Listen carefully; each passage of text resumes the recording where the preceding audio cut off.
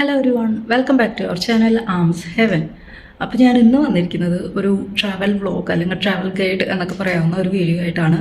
അതായത് 1 day trip from Abu Dhabi to Khor Fakkan. അപ്പോൾ ഞങ്ങളിത് ലാസ്റ്റ് റമദാൻ ഹോളിഡേയ്സിന് പോയതാണ്. ആ ടൈമിൽ വീഡിയോ ഒന്നും അപ്ലോഡ് ചെയ്യാൻ പറ്റിയില്ല. അപ്പോൾ ഞാൻ വിചാരിച്ചു ഇപ്പോൾ ഇനി ഈദ് ഹോളിഡേയ്സൊക്കെ വരുന്നുണ്ടല്ലോ, അപ്പോൾ ആർക്കാർക്കും പോകണമെങ്കിൽ ഇപ്പോഴത്തെ ക്ലൈമറ്റ് കുറച്ച് മോശമാണ്, പക്ഷെ ഒരു 1 ഡേ ട്രിപ്പ് ഒക്കെ നിങ്ങൾക്ക് എൻജോയ് ചെയ്ത് പോകണം എന്നുണ്ടെങ്കിൽ അങ്ങനെ പോകാൻ പറ്റുന്ന ടൈപ്പ് ഒരു സ്ഥലം, അതിൻ്റെ ഒരു ഫുൾ പ്ലാൻ നിങ്ങൾക്ക് ഈ വീഡിയോ കാണുമ്പോൾ കിട്ടും.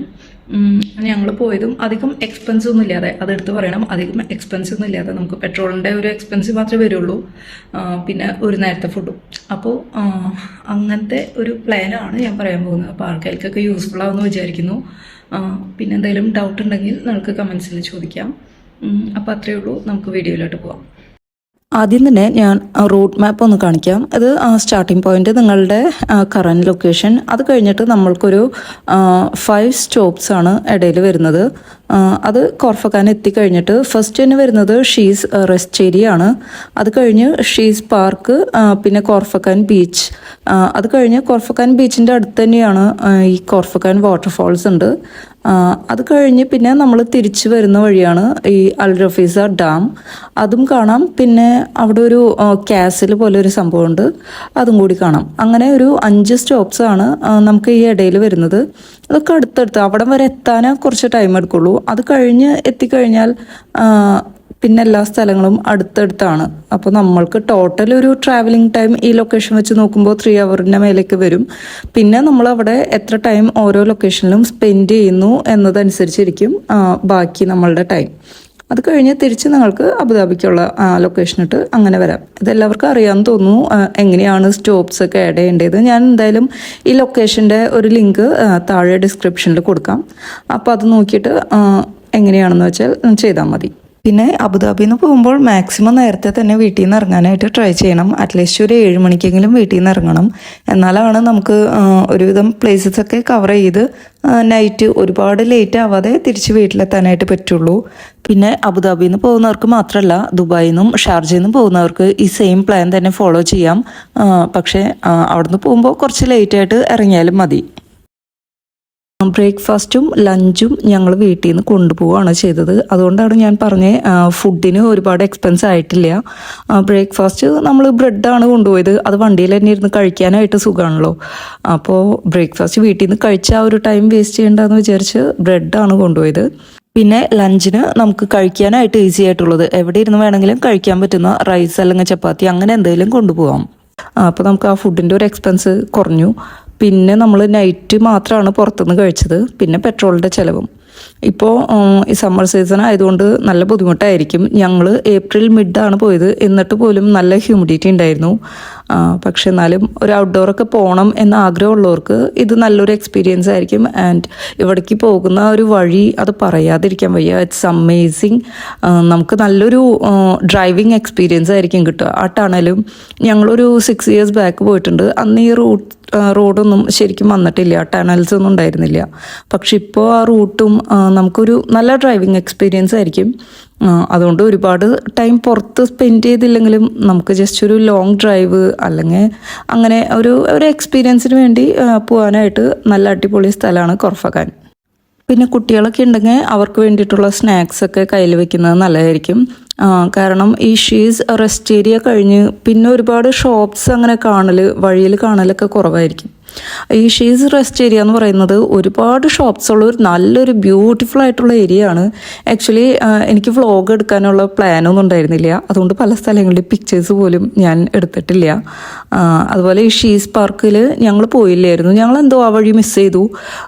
അപ്പോൾ അങ്ങോട്ട് പോയില്ല. പക്ഷെ അതും സെക്കൻഡ് ഡെസ്റ്റിനേഷൻ വരുന്നത് ഷീസ് പാർക്കാണ്. ഈ ഷീസ് റെസ്റ്റ് ഏരിയ കഴിഞ്ഞ് അത് കഴിഞ്ഞിട്ട് തൊട്ടടുത്ത് തന്നെയാണ് ഈ ഷീസ് പാർക്കിലേക്ക് ഇറങ്ങാനുള്ളൊരു വഴി വരുന്നത്. അപ്പോൾ ഇത് ഞാൻ എൻ്റെ ഫ്രണ്ടിൻ്റെന്ന് കളക്ട് ചെയ്ത വീഡിയോ ആണ്. അപ്പോൾ ഈ ഷീസ് പാർക്കും നല്ല ബ്യൂട്ടിഫുൾ ആയിട്ടുള്ള ഒരു ലൊക്കേഷനാണ്. അപ്പോൾ സെക്കൻഡ് ഡെസ്റ്റിനേഷൻ വരുന്നത് ഷീസ് പാർക്കാണ്. അതിന് മുമ്പ് ഷീസ് റെസ്റ്റ് ഏരിയ. അത് കഴിഞ്ഞ് നേരെ പോകുന്നതാണ് കോർഫഗാൻ ബീച്ച്. ചുറ്റിനും മൗണ്ടൻസൊക്കെയുള്ള നല്ല വ്യൂ ഉള്ള ഒരു അടിപൊളി ബീച്ചാണിത്. ഞങ്ങൾ പോയ ടൈമിൽ നല്ല ഹ്യൂമിഡിറ്റി ഉണ്ടായിരുന്നു. പക്ഷെ നമ്മൾ വെള്ളത്തിൽ കുളിക്കാനൊക്കെ പോവുകയാണെങ്കിൽ അതൊരു പ്രോബ്ലം അല്ല. ഞങ്ങൾക്ക് ആ ഒരു പ്ലാൻ ഉണ്ടായിരുന്നില്ല. പിന്നെ ഈ ബീച്ചിൽ മെയിനായിട്ടുള്ള 2 ആക്ടിവിറ്റിയാണ് ബോട്ടിങ്ങും പാരാസൈലിങ്ങും.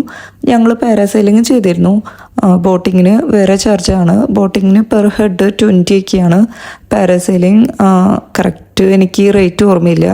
അറൗണ്ട് 200 ദിർഹംസ് പെർ ഹെഡാണ് വരുന്നത്. കുട്ടികൾക്കും ഒരു 5 years എബോവ് ഉള്ള കുട്ടികളൊക്കെ അവർ അലോ ചെയ്യുന്നുണ്ട്.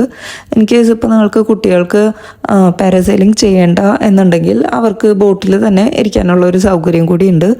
പക്ഷെ അതിന് ഒരു എക്സ്ട്രാ ചാർജ് കൊടുക്കണം. ബോട്ടിങ്ങിന് പെർ ഹെഡ് 20 ഒക്കെയാണ് അവർ റേറ്റ് പറയുന്നത്. അത് 4 പേരുടെ ഫാമിലി ആണെങ്കിൽ അവർ ഒരുമിച്ച് 70 ചെയ്തു തരും. അത് റേറ്റ് വ്യത്യാസം ഉണ്ടാവും. ഓരോരുത്തരും ഓരോ റേറ്റാണ് പറയുന്നത്. പാരാസൈലിംഗ് നല്ല ഒരു ആക്ടിവിറ്റിയാണ്. നമ്മൾക്ക് എൻജോയ് ചെയ്യാൻ പറ്റുന്ന നല്ലൊരു ആക്ടിവിറ്റിയാണ്. ഇവൻ കുട്ടികൾക്കായാലും അവരും നല്ല പോലെ എൻജോയ് ചെയ്തു. ഈ ഒരു കാര്യം ഒഴിച്ചാൽ ആക്ച്വലി ഞങ്ങൾക്ക് ഈ ട്രിപ്പിന് വലിയ ചിലവൊന്നും വന്നിട്ടില്ല. നമ്മൾക്കിപ്പോൾ ഇത് ചെയ്യണമെന്ന് ഒരു നിർബന്ധമില്ല. ബീച്ചിൽ ജസ്റ്റ് കുളിച്ച് പോകാം. പക്ഷെ ഞങ്ങൾ അതിനുള്ളൊരു പ്രിപ്പറേഷനിലല്ല വന്നത്. ബീച്ച് വെയർസോ അല്ലെങ്കിൽ അങ്ങനത്തെ ക്ലോത്ത്സ് ഒന്നും എടുത്തിട്ടുണ്ടായിരുന്നില്ല. അപ്പോൾ ഈ ഒരു എക്സ്പെൻസ് ഇല്ലയെന്നുണ്ടെങ്കിൽ നമുക്ക് ഫുഡിൻ്റെ നമ്മൾ വീട്ടിൽ നിന്ന് കൊണ്ടുവരികയാണെങ്കിൽ അതും ഒരു ലാഭമാണ്. പിന്നെ പെട്രോളിൻ്റെ ഒരു എക്സ്പെൻസാണ് നമുക്ക് വരുന്നത്, ഒരു നേരത്തെ ഫുഡും. അവിടുത്തെ വാഷ്റൂംസ് എല്ലാം നല്ല നീറ്റ് ആൻഡ് ക്ലീൻ ആണ്. അബുദാബിയിലേക്ക് വെച്ച് നോക്കുമ്പോൾ അടിപൊളിയാണ്.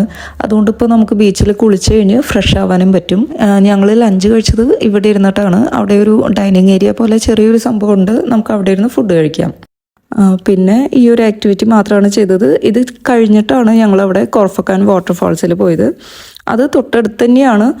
നമുക്ക് കാറൊക്കെ ആണെങ്കിൽ പോവുകയാണെങ്കിൽ ഒരു 2 minutes 3 minutes അതെല്ലാം നടക്കണം എന്നുണ്ടെങ്കിൽ നമുക്ക് നടന്ന് പോവുകയും ചെയ്യാം. ബീച്ചിൽ നിന്ന് നടക്കാനുള്ള ദൂരമേ ഉള്ളൂ.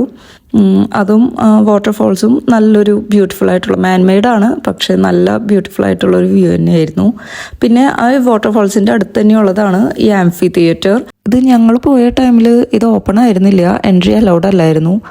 പുറത്തൊരു സെക്യൂരിറ്റി ഉണ്ടായിരുന്നു. അവർ നമ്മൾ അകത്തേക്കൊന്നും കടത്തി വിടില്ല. പക്ഷെ പുറത്തുനിന്ന് കണ്ട് ഫോട്ടോസൊക്കെ എടുക്കാം, അതിന് കുഴപ്പമില്ല. നല്ല റഷ് ഉണ്ട്, പിന്നെ നല്ല ചൂടും. പിന്നെ അതിൻ്റെ തൊട്ടടുത്ത് തന്നെയാണ് ഈ ഒരു വാട്ടർഫാൾസും ഉള്ളത്. അതും നല്ല ഭംഗിയാണ്. അവിടെയൊന്നും അധികം ടൈം ഞങ്ങൾ സ്പെൻഡ് ചെയ്തില്ല. അത് കഴിഞ്ഞ് നേരെ തിരിച്ച് ഈ അൽ റഫീസ ഡാമിലേക്കാണ് വന്നത്. ഇതും പറയാതിരിക്കാൻ വയ്യ, നല്ല ബ്യൂട്ടിഫുൾ ആയിട്ടുള്ളൊരു പ്ലേസാണ്. ഞങ്ങൾ പോയിട്ടുണ്ട്, 6 years ബാക്ക് പോയിട്ടുണ്ട്. അപ്പോൾ പോയതിനേക്കാളും കുറച്ചും കൂടി ഡെവലപ്മെൻറ്റ്സും കുറച്ചും കൂടി ഒക്കെ അവർ ചെയ്ത് എല്ലാം നല്ല ബ്യൂട്ടിഫുള്ളാക്കി വെച്ചിട്ടുണ്ട്. അതുപോലെ തന്നെ ഇവിടെയും കുറേ ആക്ടിവിറ്റീസ് ഉണ്ട്. റാഫ്റ്റിങ്ങും പിന്നെ boating, normal boating, pedal boats അങ്ങനെയൊക്കെ പറഞ്ഞ് കുറച്ച് ആക്ടിവിറ്റീസ് ഇവിടെയുണ്ട്. ഇവിടെ ഞങ്ങളൊന്നും ചെയ്തില്ലായിരുന്നു. അതുപോലെ തന്നെ ഇത് കാർ പാർക്ക് ചെയ്തിട്ട് നമുക്ക് ഒരു ഹൈക്കിംഗ് ട്രെയിലുണ്ട് ഈ ഡാമിലേക്ക് കയറി പോകാൻ. അത് വേണമെങ്കിൽ അതും ട്രൈ ചെയ്യാം. അതല്ലാതെ നോർമൽ വാക്ക് വേയും ഉണ്ട്. പിന്നെ അവിടെ കുട്ടികൾക്ക് കളിക്കാനുള്ള ഒരു പ്ലേ ഏരിയ ഒക്കെ ഉണ്ട്. ഈ അൽ റഫീസ ഡാമിൻ്റെ തൊട്ടടുത്ത് തന്നെയാണ് ഈ കാണുന്ന ഒരു ഹെറിറ്റേജ് വില്ലേജ്. ഞങ്ങൾ പോയ ടൈമിൽ ഇതും ക്ലോസ്ഡ് ആയിരുന്നു. അതുകൊണ്ട് നമുക്ക് ഉള്ളിലേക്കൊന്നും കയറാൻ പറ്റിയില്ല. പക്ഷെ അവിടെയുള്ള ആൾക്കാർ പറഞ്ഞത് അത് സാധാരണ ഓപ്പൺ ആവാറുണ്ട്. അന്നെന്തോ റീസൺ കൊണ്ട് ക്ലോസ് ചെയ്തിട്ടതായിരുന്നു. ഇതും ജസ്റ്റ് ഒരു മൗണ്ടൈൻ്റെ മേലെ ഉള്ള ഒരു കാസിൽ പോലെയാണ്. നല്ലതായിരുന്നു കാണാനൊക്കെ. ആ ഒരു ഏരിയയൊക്കെ കാണാൻ നല്ലതായിരുന്നു. ഞങ്ങളിപ്പോൾ ജസ്റ്റ് ഒന്ന് റൗണ്ട് ചെയ്ത് തിരിച്ചു പോന്നു. പിന്നെ ഒരു കാര്യം, ആദ്യം കാസിലേക്ക് പോയിട്ട് പിന്നെയാണ് ഡാമിലേക്ക് വരുന്നതെന്നുണ്ടെങ്കിൽ ഡാമിൻ്റെ താഴെയായിരിക്കും നിങ്ങൾക്ക് പാർക്കിംഗ് കിട്ടുന്നത്. അവിടെ നിന്നാണ് ഹൈക്കിംഗ് ട്രെയിലൊക്കെ ഉള്ളത്. അവിടെ ഇഷ്ടംപോലെ പാർക്കിങ്ങും ഉണ്ട്. അതല്ലാതെ ഡാമിൻ്റെ മേലേക്ക് അവിടെ ഫ്രണ്ടിൽ തന്നെ പാർക്ക് ചെയ്യാൻ നോക്കിക്കഴിഞ്ഞാൽ കുറച്ച് ബുദ്ധിമുട്ടായിരിക്കും പാർക്കിംഗ് കിട്ടാനും. പിന്നെ നല്ല റഷ് ഉണ്ടാവും. ഇതിപ്പോൾ ഞാൻ ഈ വീഡിയോയിൽ പറഞ്ഞിരിക്കുന്നത് മെയിനായിട്ട് എന്തായാലും കാണേണ്ട അട്രാക്ഷൻസ് ആണ്. ഇത് കൂടാതെ ചെറിയ ചെറിയ സ്ഥലങ്ങളൊക്കെ ഉണ്ട്, വ്യൂ പോയിൻറ്റ്സ് ഒക്കെ ഉണ്ട്. പക്ഷെ നമുക്ക് 1 day കൊണ്ട് കവർ ചെയ്യാൻ പറ്റുന്ന മാക്സിമം ലൊക്കേഷൻസ് ആണ് ഞാനിതിൽ പറഞ്ഞിരിക്കുന്നത്. നമ്മൾ മിസ് ചെയ്യാതെ കാണേണ്ട ലൊക്കേഷൻസ്. അതല്ല, നമ്മൾ സ്റ്റേ ഒക്കെ ചെയ്യുകയാണെങ്കിൽ ഈ പറയുന്ന ചെറിയ ലൊക്കേഷൻസിലും അതുപോലെ കുറേ വ്യൂ പോയിൻറ്റ്സ് ഒക്കെ ഉണ്ട്, അവിടേക്ക് വേണമെങ്കിൽ നമുക്ക് പോവാം. പിന്നെ ഇമ്പോർട്ടൻ്റ് ആയിട്ടുള്ളൊരു കാര്യമാണ്, അങ്ങോട്ട് പോകുമ്പോൾ ദുബായ് കഴിഞ്ഞാൽ നിങ്ങൾ ഫുൾ ടാങ്ക് പെട്രോൾ അടിച്ചിട്ട് വേണം പോകാൻ. കാരണം ദുബായ് ടു കോർഫക്കാൻ ആ ഒരു റൂട്ടിൽ ഷോപ്സും പെട്രോൾ സ്റ്റേഷനൊക്കെ കുറവാണ്. അതിനൊന്ന് പ്രിപ്പയർഡ് ആയിട്ട് വേണം പോകാൻ. അപ്പോൾ ഒരുവിധം കാര്യങ്ങളൊക്കെ ഞാൻ വീഡിയോയിൽ കവർ ചെയ്തിട്ടുണ്ടെന്നാണ് എൻ്റെ വിശ്വാസം. എന്തെങ്കിലും ഡൗട്ട്സ് ഉണ്ടെങ്കിൽ കമൻസിൽ ചോദിക്കുക. വീഡിയോ ഇഷ്ടമായാൽ please subscribe, like and comment. Thank